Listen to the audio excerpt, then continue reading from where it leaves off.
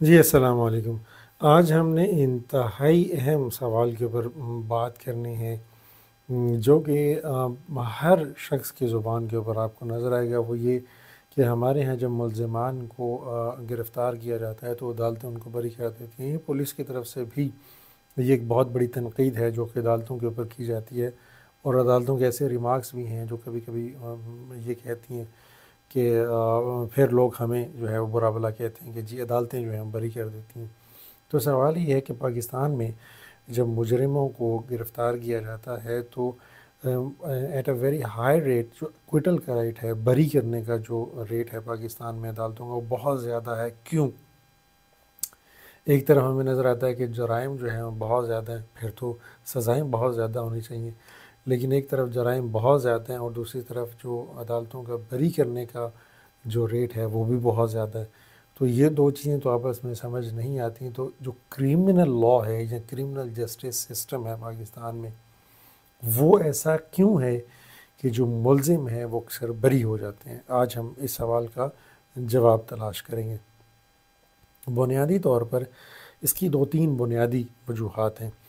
پہلی بڑی وجہ یہ ہے کہ جو ہمارا کرمنل جسٹس سسٹم ہے یہ ایک اصول کے اوپر کھڑا ہے، اور وہ یہ اصول کہتا ہے، وہ اصول یہ کہتا ہے کہ جو پروسیکیوشن ہے، یعنی کہ وہ لوگ اسٹیٹ اور جن کا رائٹ انفرنج ہوا ہے، جنہوں نے الزام لگایا ہے، وہ جو پارٹی ہے اس نے الزام کو ثابت کرنا ہے پولیس کے ساتھ مل کے، لیکن اس نے الزام کو ثابت کرنا ہے، انگریزی میں ہم کہتے ہیں بیونڈ اے ریزنیبل ڈاؤٹ، یعنی کہ 1% بھی شک باقی نہ رہ جائے کہ اسی شخص نے ABC نے یہ جرم کیا ہے، تو پھر اسے سزا ملے گی۔ اگر 1% بھی ایسا شک موجود ہو کہ ممکن ہے کہ اس شخص نے یہ جو جرم ہے، یہ جو الزام اس کے اوپر لگا ہے، ممکن ہے کہ یہ جھوٹا ہو،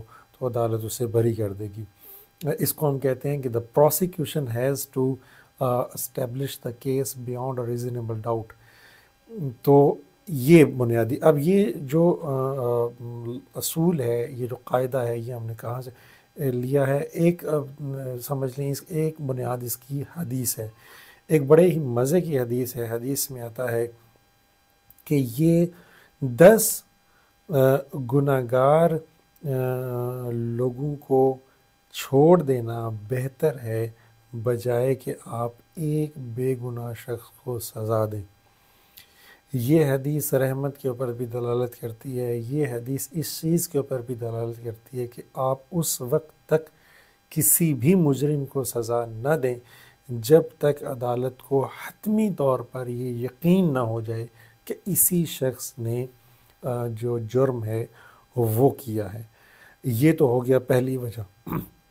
دوسری وجہ یہ ہے کہ ہمارے ہاں جو انویسٹیگیشن ہے وہ انتہائی ویک ہے۔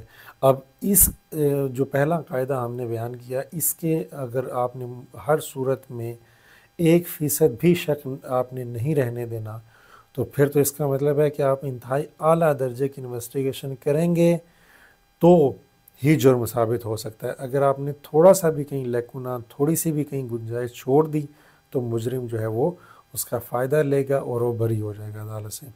تو ہمارے یہاں تو جو انویسٹیگیشن ہے اس میں ملٹیپل فلاز ہیں، ملٹیپل سٹیج کے اوپر ہیں، ان تمام کا فائدہ ہمارے یہاں ملزمان یا مجرمان کو جاتا ہے۔ میں مثال دیتا ہوں، پنجاب اتنا بڑا صوبہ ہے، ٹھیک ہے، 12 کروڑ اس کی آبادی ہے۔ اس 12 کروڑ کی آبادی میں ایک فورنزک لیب ہے جہاں پر جو مختلف جرائم کرنے کے آلات ہیں وہ جاتے ہیں، ان کی فورنزک لیبارٹری میں رپورٹ بنتی ہے اور وہ واپس آتی ہے۔ آپ کو ملٹیپل ججمنٹس ایسی مل جائیں گی جس میں مجرموں کو سزا نہیں ملتی، یا ان کی سزا کم کر دی جاتی ہے، یا ملزمان کو بری کر دیا جاتا ہے۔ کیونکہ جو رپورٹ ہے وہ پولیس نے لیٹ بھیجی لیبارٹری میں، یا لیبارٹری سے جو رپورٹ ہے وہ لیٹ آئی۔ حیران کن بات ہے۔ پھر جو پولیس کی کیپیسٹی ہے انویسٹیگیشن کرنے کی، وہ انتہائی ویک ہے۔ پھر پولیس کی جو مین پاور ہے وہ بہت کم ہے۔ پھر جو پولیس کی تعلیم ہے کہ ان کو کس حد تک انویسٹیگیشن آتی ہے، کس حد تک انویسٹیگیشن نہیں آتی، یا ان کی کس حد تک ٹریننگ ہونے کی ضرورت ہے، وہ بہت جو ہے نا اس کی بہت امپروومنٹ ہونے کی ضرورت ہے۔ تو پھر پولیس کو ایک انویسٹیگیشن کرنے کے ایک ایس آئی کو کتنے پیسے ملتے ہیں، اس میں بہت سارے سوالات جنم لیتے ہیں۔ تو جو انتہائی کمزور انویسٹیگیشن ہے وہ بالکل بھی میچ نہیں کرتی پہلا اصول کے ساتھ، کہ ایک طرف ہم نے کہا کہ جو پروسیکیوشن ہے وہ جرم کو ثابت کرے بیونڈ ریزنیبل ڈاؤٹ، یعنی کہ بالکل یقین ہو جائے کہ کسی نے جرم کیا ہے، پھر ہی اس کو سزا ہو سکتی ہے۔ اور دوسری طرف ہم نے کہا کہ انویسٹیگیشن میں ہزارہا جو ہے وہ فلاز ہیں اور ایسے نقائص موجود ہیں جس کی وجہ سے ملزمان کو اس کا فائدہ ملتا ہے۔ تو یہ پھر تیسری وجہ بھی ایک اہم ہے کرمنل جسٹس سسٹم کے فیل ہونے کی پاکستان میں، وہ یہ کہ پاکستان میں ون وے اور دا ادر جب کسی کا رائٹ انفرنج ہوتا ہے تو وہ صرف اس رائٹ کو انفورس کرنے کے لیے نہیں جاتا لا انفورسمنٹ ایجنسی کے ساتھ، وہ ضد میں چلا جاتا ہے، اور جب وہ ضد میں چلا جاتا ہے تو آپ ایف آئی آر میں جو سچی سٹوری اپنی بتا رہے ہوتے ہیں اس کے ساتھ ملاوٹ کرنا شروع کر دیتے ہیں۔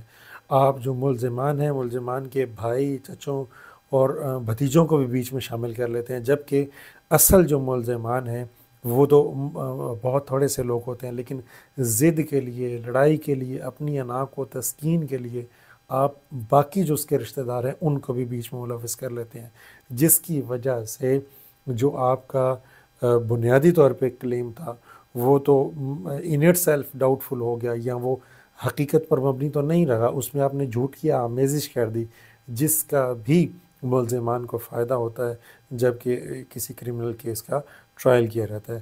تو یہ چند بنیادی وجوہات ہیں جو انتہائی اہم ہیں کہ ہمارے ہاں جو کرمنل جسٹس سسٹم ہے وہ کیوں فیل ہو جاتا ہے، ملزمان کیوں بری ہو جاتے ہیں۔